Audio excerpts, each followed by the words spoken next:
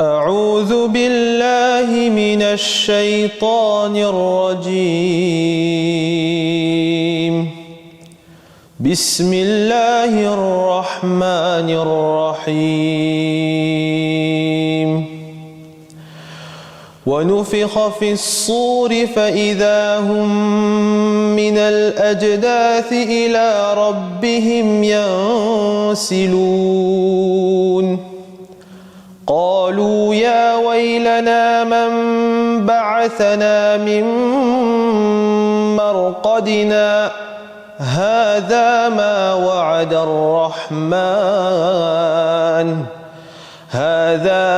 وعد الرحمن وصدق المرسلون.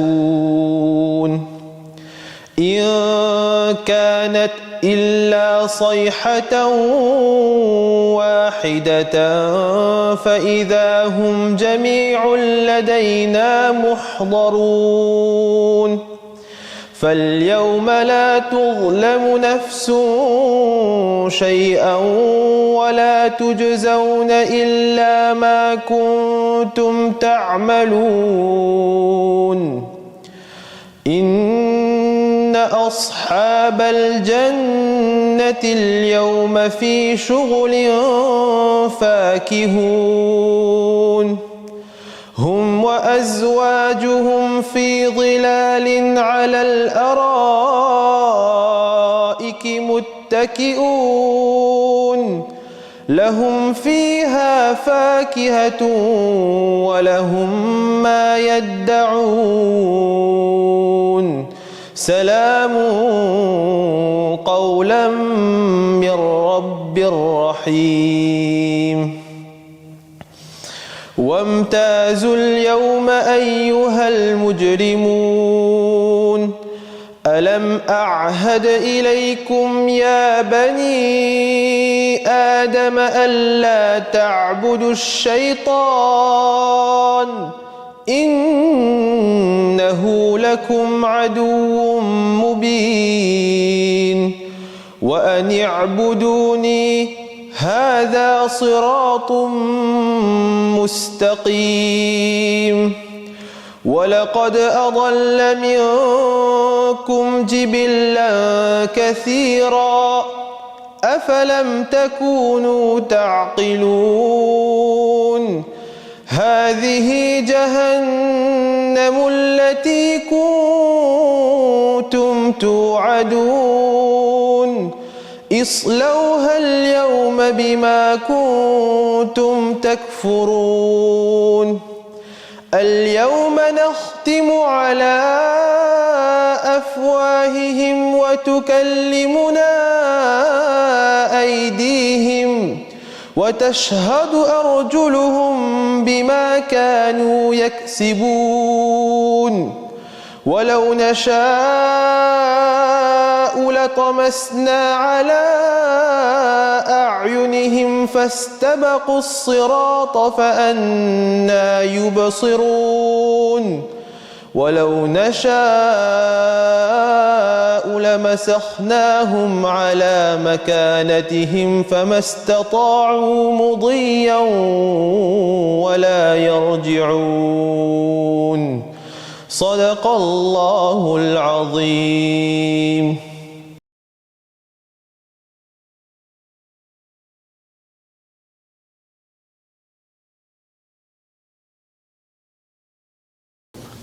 الحمد لله نحمده ونستعينه ونستغفره ونعوذ بالله من شرور أنفسنا وسيئات أعمالنا. من يهده الله فلا مضل له ومن يضلله فلا هادي له. ونشهد أن لا إله إلا الله وحده لا شريك له. ونشهد أن سيدنا ونبينا ومولانا محمدا عبده ورسوله صلى الله عليه وعلى آله وأصحابه وبارك وسلم تسليما كثيرا أما بعد، فقد قال الله تبارك وتعالى في كلامه المجيد والفرقان الحميد بعد أعوذ بالله من الشيطان الرجيم بسم الله الرحمن الرحيم إنا أنزلناه في ليلة القدر وما أدراك ما ليلة القدر ليلة القدر خير من 1000 شهر تنزل الملائكة والروح فيها بإذن ربهم من كل أمر سلام هي حتى مطلع الفجر صدق الله العظيم. Chères sœurs, chers frères, tous les louanges et remerciements reviennent à Allah subhanahu wa ta'ala, celui qui nous a gratifiés de ce don d'une valeur inestimable, à savoir ce mois de Ramadan. Comme vous le savez, le Ramadan, dans son ensemble, est un mois extrêmement particulier, où Allah, de par sa miséricorde inégalable, déverse sur nous des pluies de bénédiction. En effet, durant tout ce mois, le vent de la miséricorde souffle sur la surface de la terre. Le prophète d'Allah, sallallahu alayhi wa sallam, a d'ailleurs dit dans une tradition très connue, إذا دخل شهر رمضان فتحت أبواب السماء وغلقت أبواب جهنم وسلسلة الشياطين. Lorsqu'on entre dans le mois de Ramadan, les portes des cieux sont ouvertes, les portes de l'enfer sont fermées et les démons sont enchaînés. Ainsi, le croyant qui fait un minimum d'effort sur sa foi ressent une certaine ferveur à multiplier le nombre de ses bonnes œuvres et à se protéger des interdits divins. Il y aurait même une force invisible qui pousserait les croyants à s'adonner au bien et à s'écarter du mal. En effet, dans une tradition, il est rapporté qu'à chaque nuit du mois de Ramadan, un ange fait l'annonce suivante aux habitants de la terre. Ya baghi al-ghayr aqbil. Ô toi qui veux faire du bien, empresse-toi. Wa ya baghi ash-shar aqsir. Ô toi qui veux faire du mal, cesse. Wa lillahi utaqa'u minan nar wa dhalika kullu layla. Et Allah libère beaucoup de gens du feu de la géhenne. Et ceci se produit durant toutes les nuits du mois de Ramadan. Le mois de Ramadan, dans son ensemble, est une miséricorde. Tous les jours de ce mois sont importants. Toutes les nuits de ce mois sont importantes. Toutes les heures de ce mois sont bénies. Par ailleurs, s'il y a bien une décade qui se démarque des deux autres, c'est bien évidemment la dernière d'entre elles. En effet, pour comprendre cela, il suffit de regarder l'attitude de notre bien-aimé prophète sallallahu alayhi wa sallam. D'ailleurs, Aïcha radhiyallahu ta'ala anha, en décrivant l'attitude de notre bien-aimé prophète sallallahu alayhi wa sallam, disait: plus que durant n'importe quel autre mois, le prophète sallallahu alayhi wa sallam faisait preuve d'une ardeur dévotionnelle plus grande durant le mois de Ramadan. Et il en redoublait encore plus durant les 10 dernières nuits. Durant cette dernière décade, le prophète sallallahu alayhi wa sallam se consacrait totalement à l'adoration d'Allah azza wa jal. Et il a encouragé sa famille à faire de même. Aïcha radhiyallahu ta'ala anha affirme justement, lorsqu'arrivaient les 10 derniers jours du mois de Ramadan, le prophète sallallahu alayhi wa sallam passait ses nuits à prier. Il réveillait sa famille, redoublait de piété et serrait son izar, c'est-à-dire qu'il se libérait totalement pour l'adoration d'Allah et il s'abstenait de toute relation charnelle.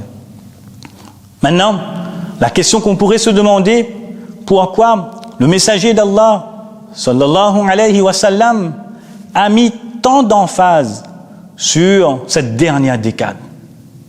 S'il en est ainsi, c'est à cause du fait qu'il est fort probable que cette dernière décade renferme la meilleure nuit de l'année, à savoir la Laylatul Qadr. Généralement, le mot Al-Qadr est traduit par la nuit du destin ou encore la nuit de la prédestination. Mais cette traduction est un peu restrictive. En effet, le mot Al-Qadr possède plusieurs sens.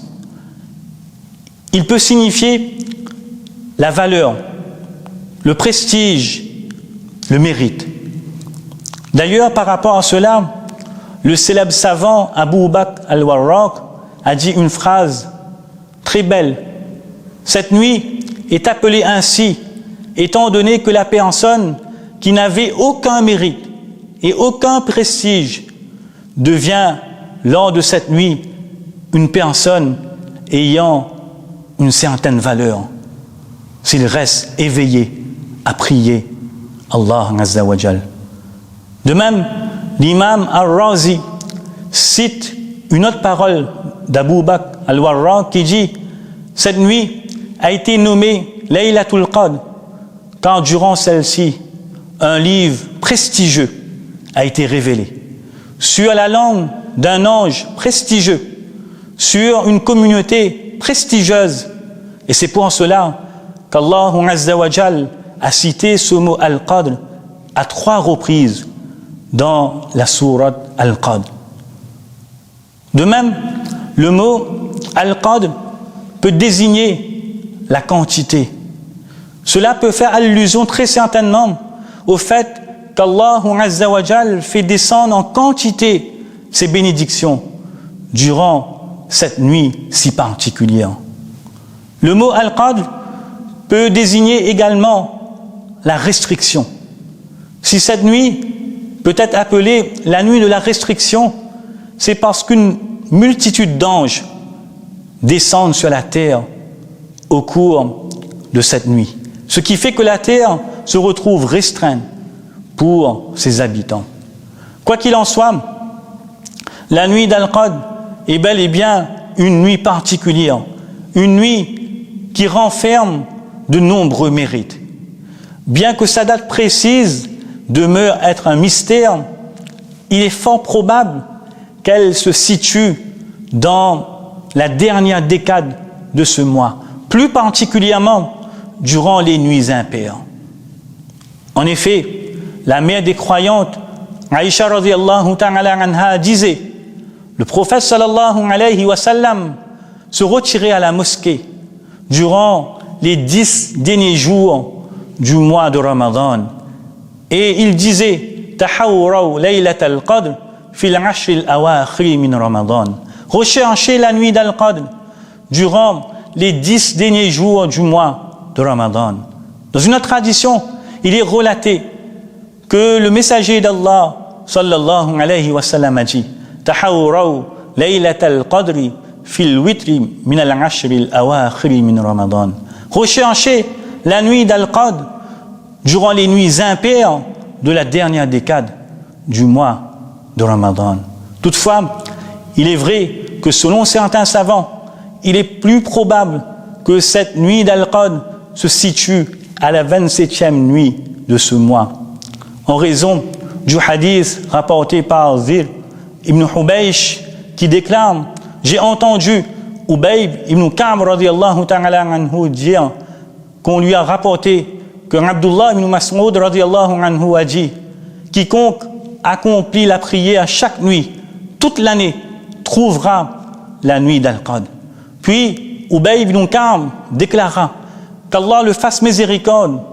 Son intention consistait en ce que les gens ne deviennent pas paresseux et comptent seulement sur une nuit.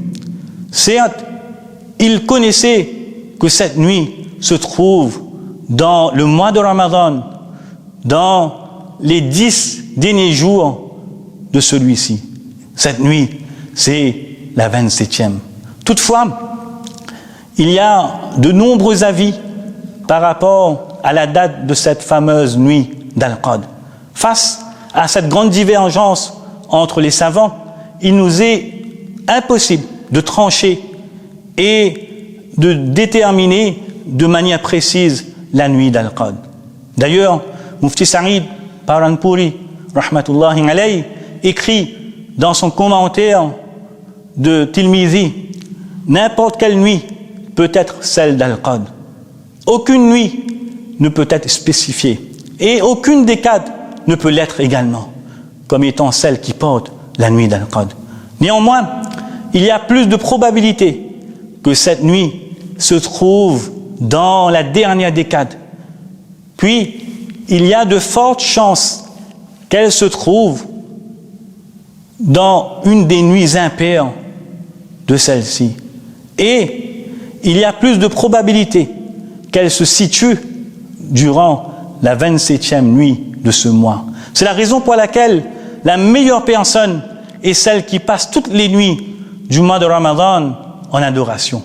Ceux qui se contentent de la 27e nuit uniquement sont dans la tromperie. Bien entendu, ces propos ne veulent en aucun cas dire qu'on ne doit pas profiter de cette 27e nuit. Mais ces propos signifient qu'on ne doit pas seulement adorer Allah Azza wa Jal durant cette nuit.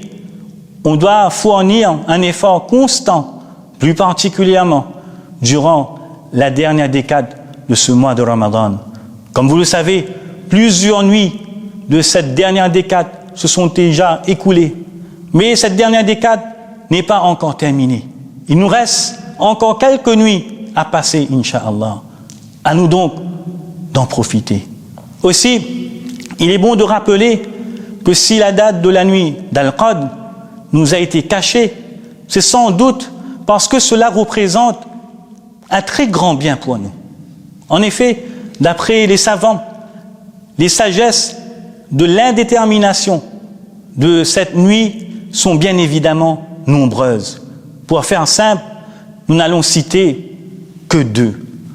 Le fait que la date précise de cette nuit nous a été cachée est un moyen efficace pour nous inciter à accomplir des veillées pieuses chaque nuit. En restant éveillé chaque nuit, ou du moins durant une partie de celle-ci, on pourra récolter de nombreuses récompenses. De même, si cette nuit nous a été cachée, c'est aussi pour notre bien-être. Imaginons que la date de cette nuit était connue et qu'une personne, pour une raison quelconque, n'a pas pu rester éveillée durant celle-ci pour adorer Allah Azza wa Jal. Alors cette même personne pourrait perdre tout espoir et ainsi abandonner l'accomplissement de bonnes œuvres. Quoi qu'il en soit, si la nuit d'Al-Qadr est une nuit remplie de mérites, c'est parce qu'elle est meilleure que 1000 mois. Imaginez un peu une nuit, une seule nuit, meilleure que 1000 mois. Cela correspond à plus de 83 années. Subhanallah. Une nuit meilleure que 83 années. Une nuit meilleure que toute une vie. En nous offrant cette nuit, nous pouvons voir d'une part l'extrême bonté d'Allah Azza wa Jal. Et d'autre part, nous pouvons voir l'amour incommensurable qu'Allah Azza wa Jal éprouve à notre égard. À nous donc de profiter et de puiser dans la miséricorde de notre Créateur. De plus, si la nuit d'Al-Qadr est une nuit grandiose et particulière, c'est parce que c'est durant celle-ci que le Coran Majid, le Coran glorieux, a été révélé. D'ailleurs, Allah Azza wa Jal affirme « Inna anzalnahu fi laylatil qadr » Nous l'avons certes fait descendre en parlant du Coran durant la nuit d'Al-Qadr. Ce verset peut être interprété de deux manières. Soit cela peut faire allusion au fait que le Coran a été descendu durant cette nuit bénie depuis le Lawh Mahfouz, la table gardée, jusqu'au Baytul Izza, c'est-à-dire la demeure de la gloire située au premier ciel. Puis, il fut révélé au prophète sallallahu alayhi wa sallam peu à peu, en fonction des circonstances, des événements, pendant une période de 23 années. Cela peut signifier également que les premiers versets de la sourate Iqra furent révélés au prophète sallallahu alayhi wa sallam durant la nuit d'Al-Qadr. Ainsi, durant cette nuit, comme le Coran nous l'informe, تنزل الملائكة والروح فيها بإذن ربهم من كل أمر. Durant cette nuit, descendent les anges ainsi que l'esprit, c'est-à-dire l'ange Gabriel, l'ange Jibril alayhi salatu wassalam, par permission de leur Seigneur pour tout ordre. En substance de ce verset, Ibn Kathir rahmatullahi alayhi écrit en ce sens, en raison de ces nombreuses vertus, les anges au cours de cette nuit descendent et emmènent avec eux la bénédiction et la miséricorde, comme ils descendent au moment de la récitation du Coran ou encore pour encercler les assemblées de dhikr. Durant la nuit d'Al-Qadr, Allah Azza wa Jal transmet à ses anges le destin pour l'année à venir. Ibn Hajar, rahmatullahi alayhi, dit, ce qui signifie que les heures sont décrétées durant cette nuit pour l'année suivante, comme atteste le verset « Fiha yufraqu kullu amrin hakim » cette nuit durant laquelle est décidé tout ordre sage. Durant cette nuit, les pieux ressentent une paix intérieure, parce que cette nuit est décrite par le Coran comme étant salamun hiya hatta matla'il fajr. Elle est paix et salut jusqu'à l'apparition de l'aube. Selon les commentateurs, la paix peut désigner le salut, la protection ou même les salutations. Ce qui veut dire que les anges viennent sur terre et ils adressent leurs salutations, c'est-à-dire ils font salam aux croyants. La nuit d'Al-Qadr est donc un cadeau qu'Allah Azza wa Jal nous a fait don. Il faut donc en profiter. C'est aussi une nuit propice pour obtenir le pardon ou encore l'absolution de nos péchés. D'ailleurs, le messager d'Allah sallallahu alayhi wa sallam a dit « Man qama laylatal qadr imanan wa ihtisaba ghufira lahu ma taqaddama min dhanbihi » Quiconque veille pieusement la nuit d'Al-Qadr avec foi et en ayant l'espoir d'être récompensé se verra pardonné de ses péchés antérieurs. De même, une fois, la mère des croyantes, Aïcha radiyallahu ta'ala anha, demanda au prophète d'Allah sallallahu alayhi wa sallam, ô messager d'Allah, si je parvenais à reconnaître la nuit d'Al-Qadr, que devrais-je dire durant celle-ci? Le prophète sallallahu alayhi wa sallam dit alors, Allahumma innaka afou, tuhibbul afwa fa'fu anni. Wallah, tu es un grand pardonneur, tuhibbul af, et tu aimes le pardon. Fa'fu anni, pardonne-moi. Chères sœurs, chers frères, personne ne peut affirmer avec certitude si cette fameuse nuit d'Al-Qadr est déjà passée ou pas. Mais ce qui est vraiment important, c'est de profiter pleinement de ces quelques jours et quelques nuits qu'il nous reste de ce mois béni de Ramadan. Chaque jour qu'il nous reste de ce mois béni est précieux. Chaque nuit qu'il nous reste de ce mois béni est importante. Pour cela, il est important en cette fin de Ramadan de puiser dans la miséricorde d'Allah Azza wa Jal pour obtenir son pardon.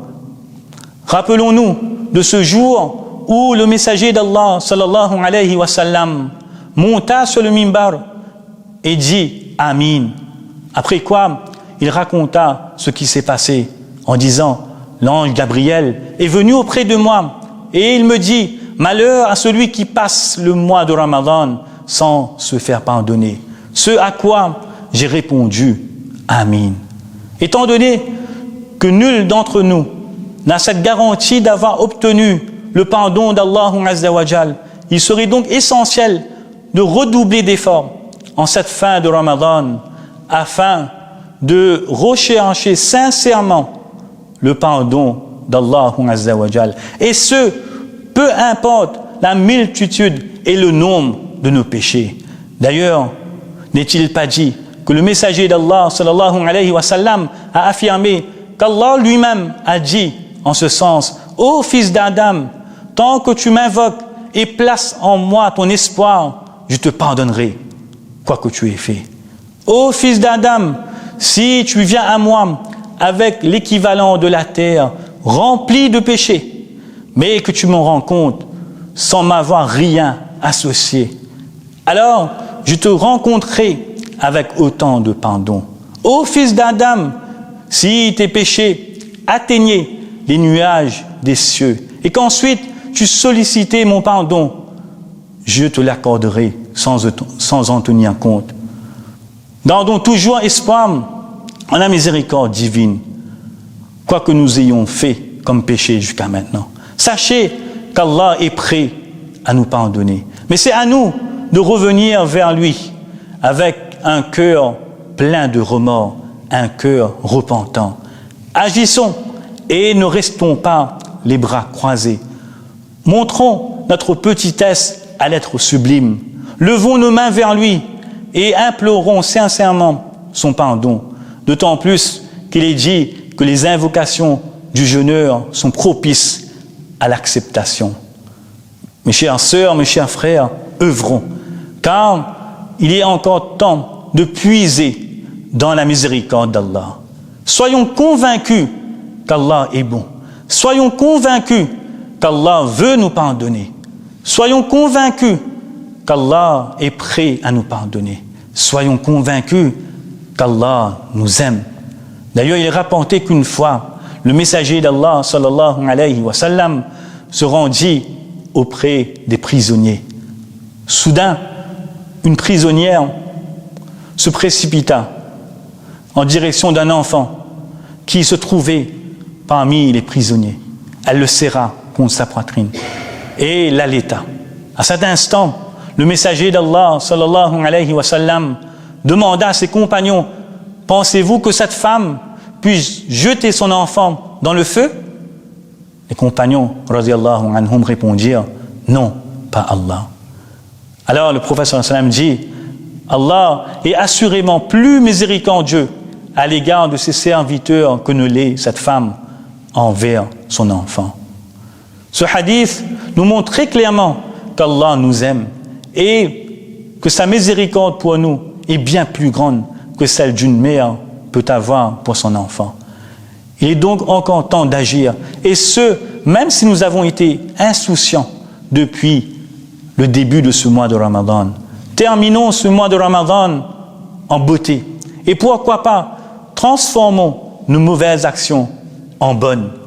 Mais cela doit passer par un repentir sincère, ce qui implique donc de renoncer au péché dès maintenant et de prendre la ferme résolution de ne plus retomber dans ces péchés. Durant le mois de Ramadan, la plupart d'entre nous étaient plus ou moins vigilants sur cela. Il est important de persévérer dans cette voie, même après le mois de Ramadan. En cette fin de Ramadan, soyons également vigilants sur nos relations humaines. Devenons des gens bien et écartons-nous des situations conflictuelles. En cette fin de Ramadan, rappelons-nous de cet incident qui a été relaté par l'imam al-Bukhari, rahmatullahi alayhi, qui dit qu'une fois, le prophète sallallahu alayhi wa sallam est sorti de chez lui pour informer ses compagnons radiyallahu anhum à propos de la date de la nuit d'Al-Qadr. Mais il trouva deux personnes qui étaient en train de se disputer. Et à cause de cela, la date de la nuit d'Al-Qadr lui a été enlevée. Donc, en cette fin de Ramadan, faisons le point sur nos relations humaines. Et n'oublions pas que celles-ci peuvent déterminer l'acceptation ou pas de nos actions. En effet, le messager d'Allah, sallallahu alayhi wa sallam, a dit: les actions sont présentées à Allah le lundi et le jeudi. Et Allah, le Tout-Puissant, pardonne ces jours-là. Et il pardonne toutes les personnes qui n'associent rien à lui, sauf une personne qui a une rancune avec son frère. Et Allah dit: laissez ces deux-là jusqu'à ce qu'ils se réconcilient. Mes frères, devenons tous frères. Pour cela, mettons en pratique ce fameux hadith du prophète sallallahu alayhi wa sallam, rempli de sagesse, dans lequel il dit: ne vous enviez pas les uns les autres. Ne vous livrez pas à la surenchère alors que votre intention n'est pas d'acheter la marchandise. Ne nourrissez pas de haine entre vous et ne vous tournez pas le dos. Ne vendez pas à quelqu'un une marchandise que vous avez déjà vendue à un autre. Soyez, ô serviteurs d'Allah, tous frères. Le musulman est le frère du musulman. Il ne doit pas le léser, ni le dénigrer, ni le mépriser. Le fait même qu'un musulman méprise son frère est déjà un mal.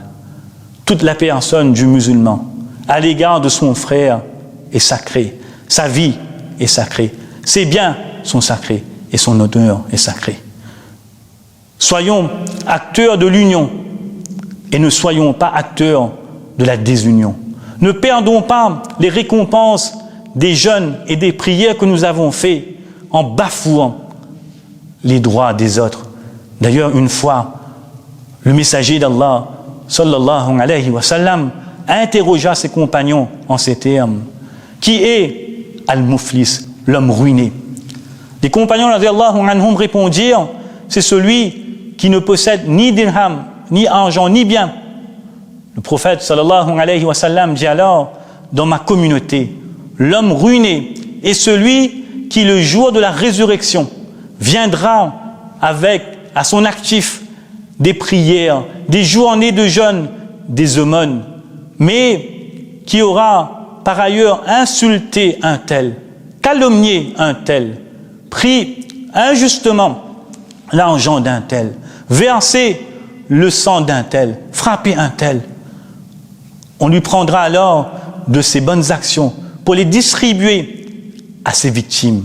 Si ces bonnes actions ne suffisent pas à l'expier de ses péchés, on prendra alors des péchés de ses victimes et on lui inscrira à son actif.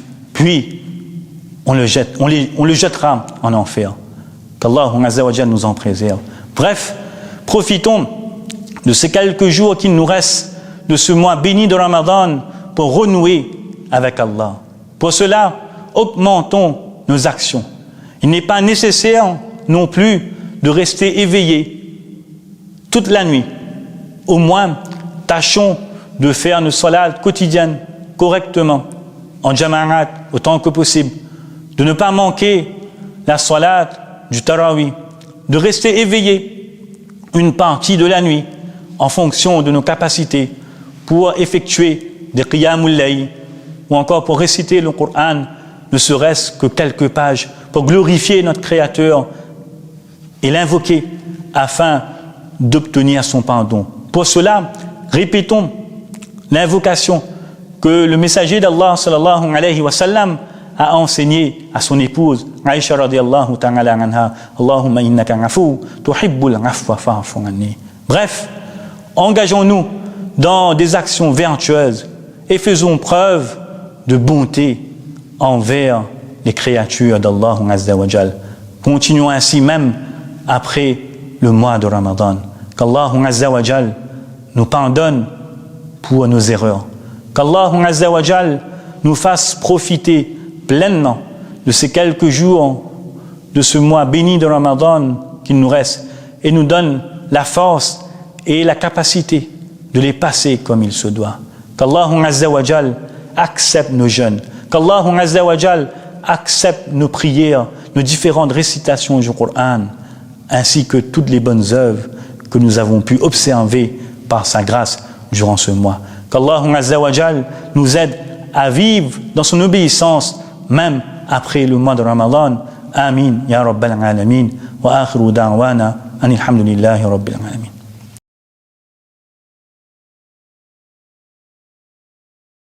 اللهم صل على محمد وعلى آل محمد كما صليت على إبراهيم وعلى آل إبراهيم إنك حميد مجيد.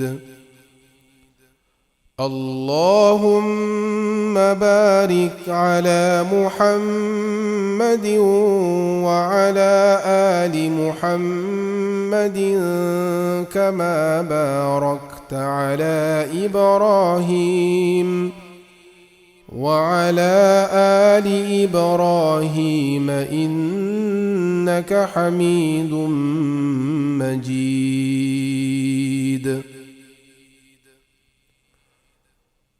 أعوذ بالله من الشيطان الرجيم.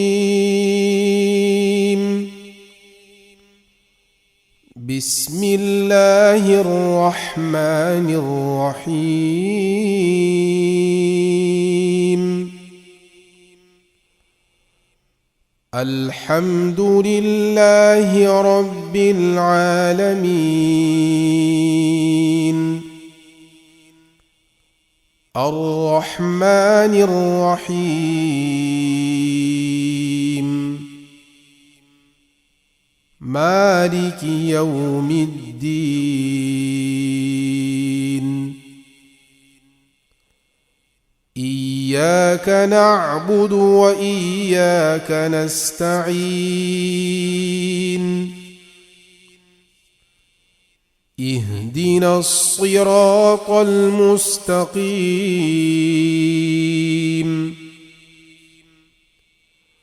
صراط الذين أنعمت عليهم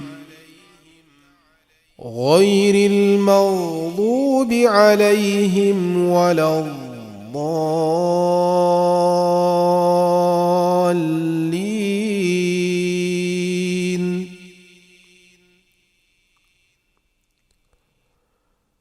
ربنا واجعلنا مسلمين لك ومن ذريتنا أمة مسلمة لك وأرنا مناسكنا وتب علينا إنك أنت التواب الرحيم. سمعنا وأطعنا غفرانك ربنا وإليك المصير. لا يكلف الله نفسا إلا وسعها لها ما كسبت وعليها ما اكتسبت.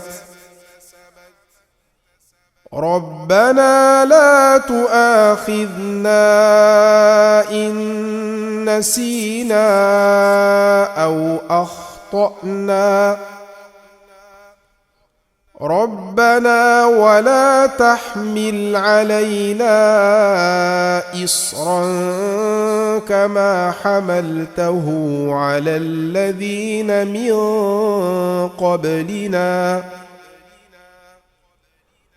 ربنا ولا تحملنا ما لا طاقة لنا به واعف عنا واغفر لنا وارحمنا أنت أنت مولانا فانصرنا على القوم الكافرين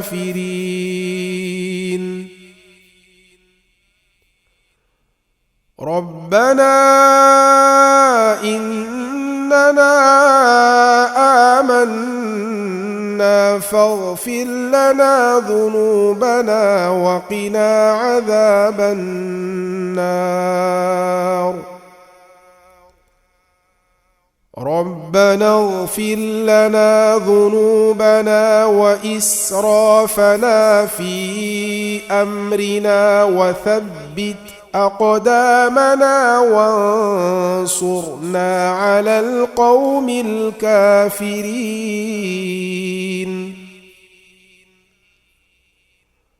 ربنا فاغفر لنا ذنوبنا وكفر عنا سيئاتنا وتوفنا مع الأبرار ربنا ظلمنا أنفسنا وإن لم تغفر لنا وترحمنا لنكونن من الخاسرين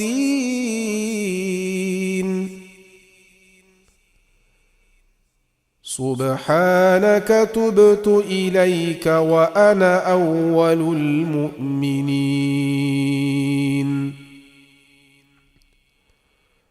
سبحانك تبت إليك وأنا أول المؤمنين أنت ولينا فاغفر لنا وارحمنا وأنت خير الغافرين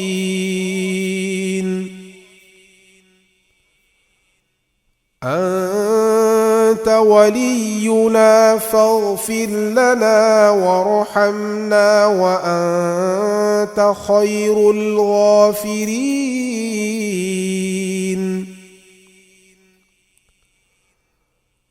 رب إني أعوذ بك أن أسألك ما ليس لي به علم وإلا تغفر لي وترحمني أكن من الخاسرين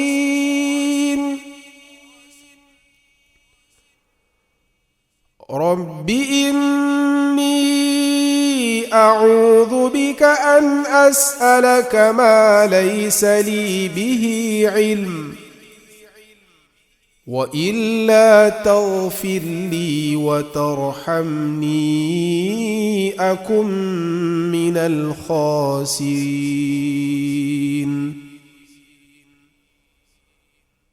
ربنا اغفر لي ولوالدي وللمؤمنين يوم يقوم الحساب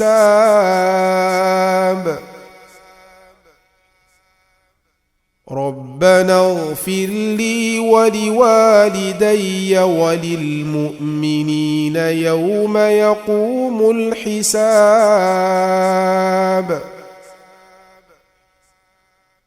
لا إله إلا أنت سبحانك إني كنت من الظالمين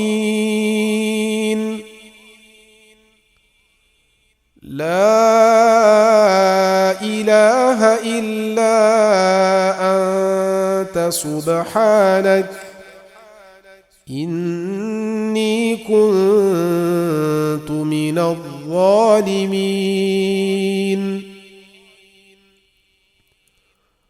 ربنا آمنا فاغفر لنا وارحمنا وأنت خير الراحمين ربنا آمنا فاغفر لنا وارحمنا وأنت خير الراحمين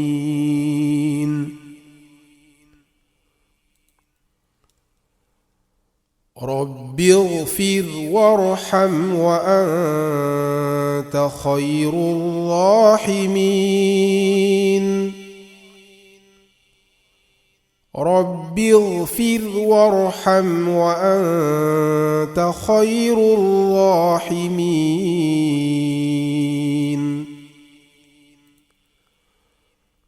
رب إني ظلمت نفسي فاغفر لي فغفر له إنه هو الغفور الرحيم رب إني ظلمت نفسي فاغفر لي فغفر له إنه هو الغفور الرحيم رب اغفر لي وهب لي ملكا لا ينبغي لأحد من بعدي إنك أنت الوهاب رب اغفر لي وهب لي ملكا لا ينبغي لأحد من بعدي إنك أنت الوهاب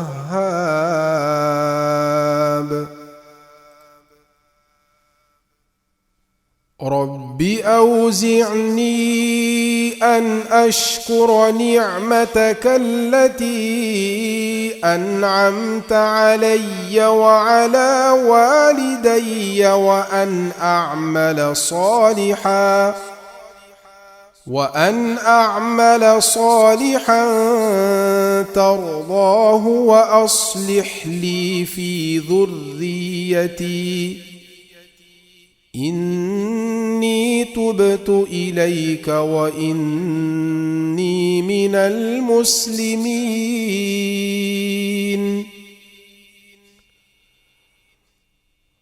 رب أوزعني أن أشكر نعمتك التي أنعمت علي وعلى والدي وأن أعمل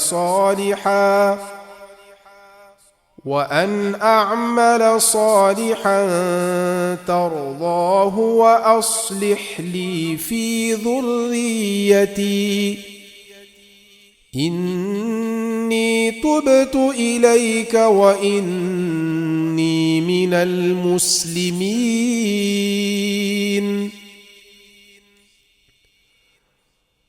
ربنا اغفر لنا ولإخواننا الذين سبقونا بالإيمان ولا تجعل في قلوبنا غلا للذين آمنوا ربنا إنك رؤوف رحيم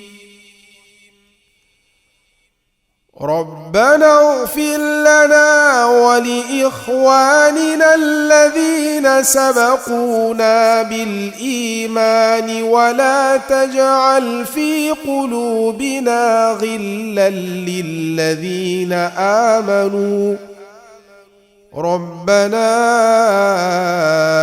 إنك رؤوف رحيم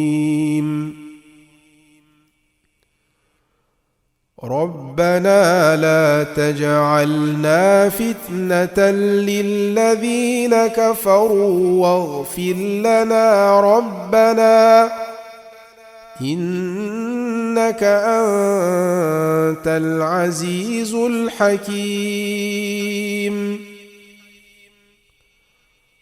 ربنا لا تجعلنا فتنة للذين كفروا واغفر لنا ربنا إنك أنت العزيز الحكيم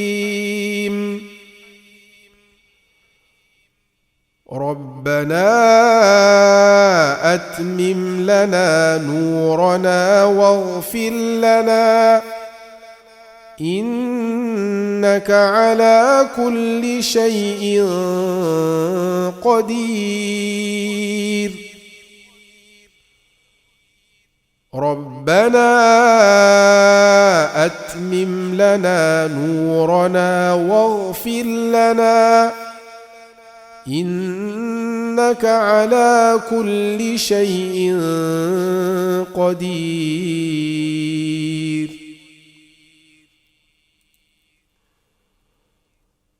رب اغفر لي ولوالدي ولمن دخل بيتي مؤمنا وللمؤمنين والمؤمنات ولا تزد الظالمين إلا تبارا رب اغفر لي ولوالدي ولمن دخل بيتي مؤمنا وللمؤمنين والمؤمنات ولا تزد الظالمين إلا تبارا الحمد لله نحمده ونستغفره ونؤمن به ونتوكل عليه ونعوذ بالله من شرور أنفسنا ومن سيئات أعمالنا من يهده الله فلا مضل له ومن يضلله فلا هادي له ونشهد أن لا إله إلا الله وحده لا شريك له ونشهد أن سيدنا محمدًا عبده ورسوله اللهم أنت ربي لا إله إلا أنت خلقتني وأنا عبدك وأنا على عهدك ووعدك ما استطعت أعوذ بك من شر ما صنعت أبوء لك بنعمتك علي وأبوء لك بذنبي فاغفر لي فإنه لا يغفر الذنوب إلا أنت اللهم إني ظلمت نفسي ظلما كثيرا ولا يغفر الذنوب إلا أنت فاغفر لي مغفرة من عندك وارحمني إنك أنت الغفور الرحيم اللهم أنت الملك لا إله إلا أنت ربي وأنا عبدك ظلمت نفسي واعترفت بذنبي فاغفر لي ذنوبي جميعا إنك إنه لا يغفر الذنوب إلا أنت اللهم أنت ربي وأنا عبدك ظلمت نفسي واعترفت بذنبي يا رب فاغفر لي ذنبي إنك أنت ربي إنه لا يغفر الذنوب إلا أنت اللهم أستغفرك لذنبي وأستهديك لمراشد أمري وأتوب إليك فتب علي إنك أنت ربي اللهم إني أستغفرك لما تبت إليك منه ثم عدت فيه وأستغفرك لما أعطيتك من نفسي ثم لم أوف لك به وأستغفرك للنعم التي تقويت بها على معصيتك وأستغفرك لكل خير أردت به وجهك فخالطني فيه ما ليس لك اللهم لا تخزني فإنك بي عالم ولا تعذبني فإنك علي قادر اللهم اغفر لي ذنوبي وافتح لي أبواب رحمتك اللهم اغفر لي ذنوبي وافتح لي أبواب فضلك اللهم اغفر لي وارحمني وأدخلني الجنة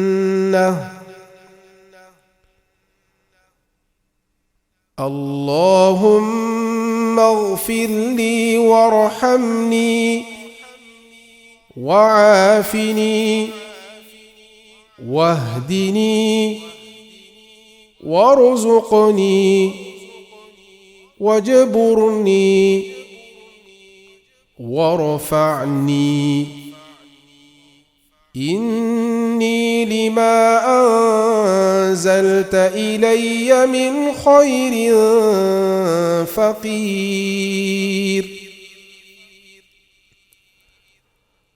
اللهم اغفر لي وارحمني وتب علي إنك أنت التواب الرحيم اللهم اغفر لي ذنبي كله دقه وجله وأوله وآخره وعلانيته وسره اللهم اغفر لي ذنبي ووسع لي في داري وبارك لي في رزقي اللهم اغفر لي ذنبي ووسع لي خلقي وطيب لي كسبي وقنعني بما رزقتني ولا تذهب طلبي إلى شيء صرفته عني ولا تذهب طلبي إلى شيء صرفته عني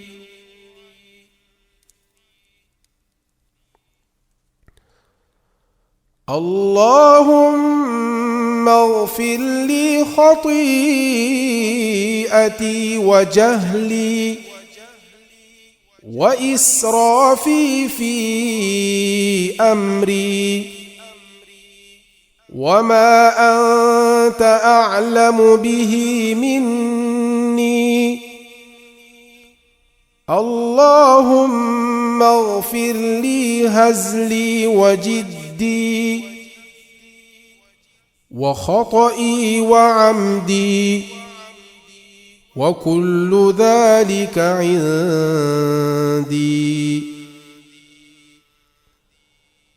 اللهم اغفر لي خطئي وعمدي وهزلي وجدي ولا تحرمني بركة ما أعطيتني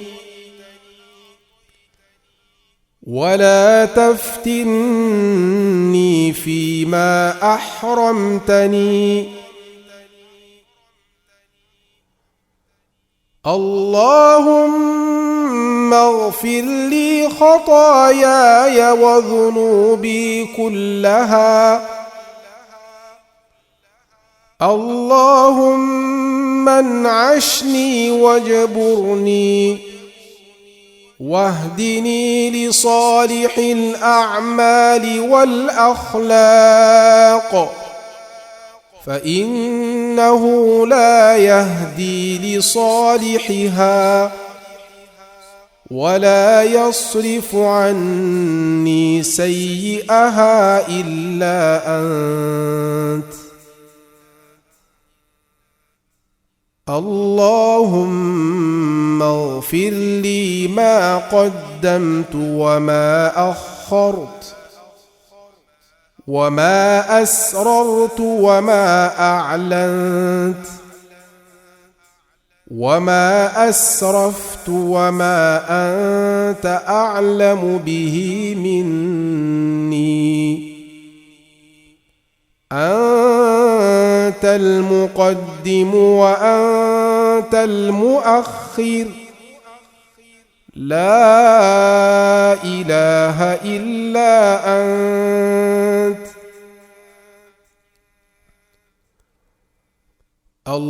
اللهم اغفر لنا وارحمنا وارض عنا وتقبل منا وأدخلنا الجنة ونجنا من النار وأصلح لنا شأننا كله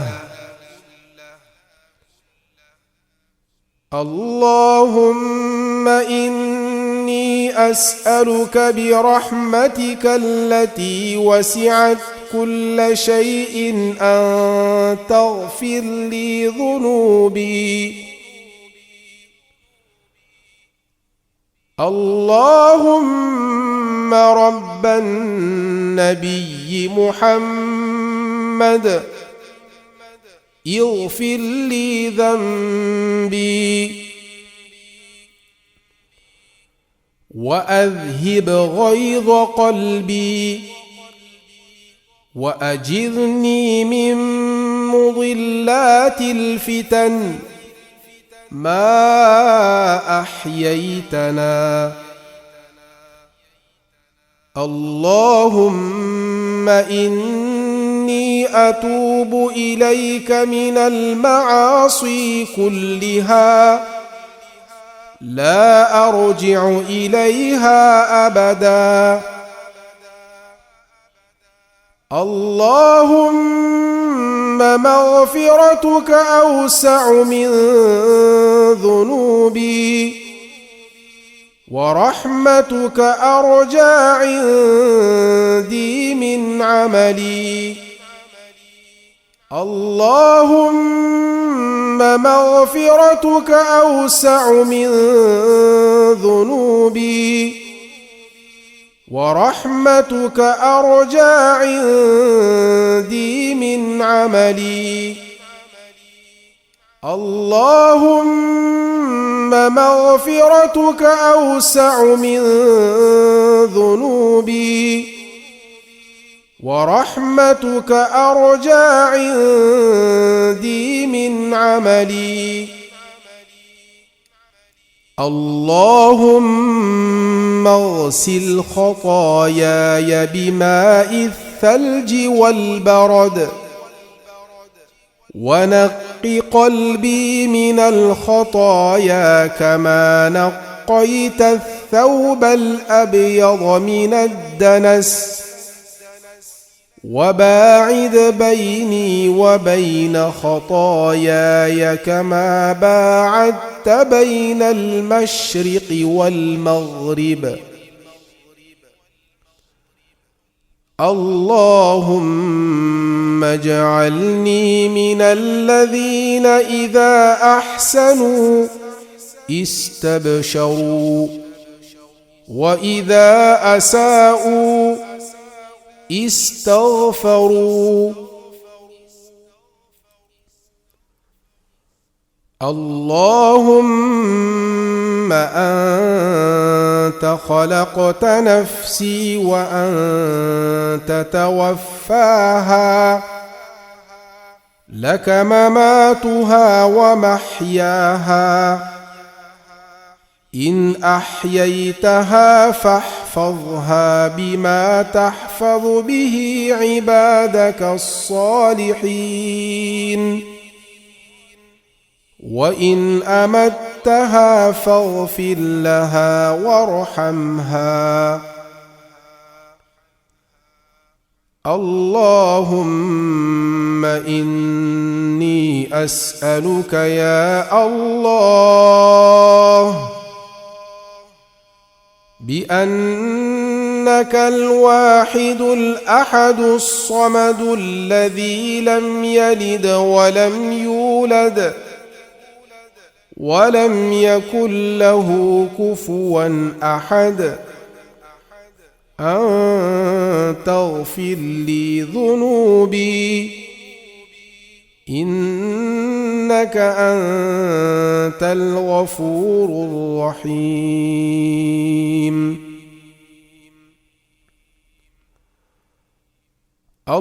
اللهم إني أسألك يا الله بأنك الواحد الأحد الصمد الذي لم يلد ولم يولد ولم يكن له كفوا أحد أن تغفر لي ذنوبي إنك أنت الغفور الرحيم. اللهم إني أسألك أن ترفع ذكري وتضع وزري وتصلح أمري وتطهر قلبي وتحصن فرجي وتنور لي قبري وتغفر لي ذنبي وأسألك الدرجات العلى من الجنة. آمين. اللهم إنا نسألك موجبات رحمتك وعزائم مغفرتك والسلامة من كل إثم والغنيمة من كل بر والفوز بالجنة والنجاة بعونك من النار. اللهم إني أعوذ بك أن أشرك بك شيئا وأنا أعلم به، وأستغفرك لما لا أعلم به. أستغفر الله الذي لا إله إلا هو الحي القيوم، وأتوب إليه. رب اغفر وارحم واهدني السبيل الأقوم. رب اغفر وارحم أنت الأعز الأكرم. رب اغفر لي وتب علي إنك أنت التواب الرحيم. رب تقبل توبتي واغسل حوبتي وأجب دعوتي وثبت حجتي وسدد لساني واهد قلبي واسلل سخيمة صدري. الله أكبر ولله الحمد. الله أكبر ولله الحمد. لا إله إلا الله وحده له الملك وله الحمد. اللهم اهدني بالهدى وفقني بالتقوى واغفر لي في الآخرة والأولى. لا إله إلا أنت سبحانك. اللهم أستغفرك لذنبي وأسألك رحمتك. اللهم زدني علما ولا تزغ قلبي بعد إذ هديتني وهب لي من لدنك رحمة إنك أنت الوهاب.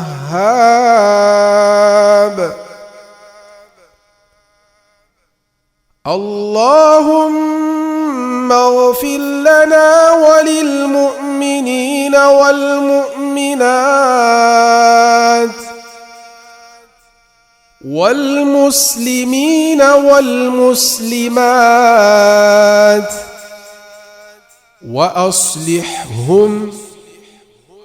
وأصلح ذات بينهم وألف بين قلوبهم واجعل في قلوبهم الإيمان والحكمة وثبتهم على ملة رسولك وأوزعهم أن يشكروا نعمتك التي أنعمت عليهم وأن يوفوا بعهدك الذي عاهدتهم عليهم وانصرهم على عدوك وعدوهم إله الحق. سبحانك اللهم وبحمدك أشهد أن لا إله إلا أنت أستغفرك وأتوب إليك. سبحانك لا إله غيرك اغفر لي ذنبي وأصلح لي عملي إنك تغفر الذنوب لمن تشاء وأنت الغفور الرحيم. يا غفار اغفر لي. يا تواب تب علي. يا رحمن ارحمني. يا عفو اعف عني. يا رؤوف ارأف بي. يا رب أوزعني أن أشكر نعمتك التي أنعمت علي ووفقني حسن عبادتك. يا رب أسألك من الخير كله.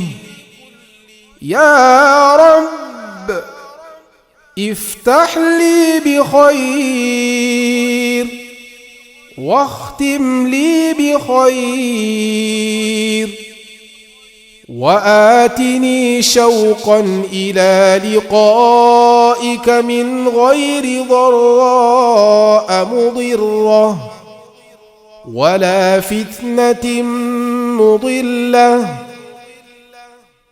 وقني السيئات ومن تق السيئات يومئذ فقد رحمته وذلك هو الفوز العظيم.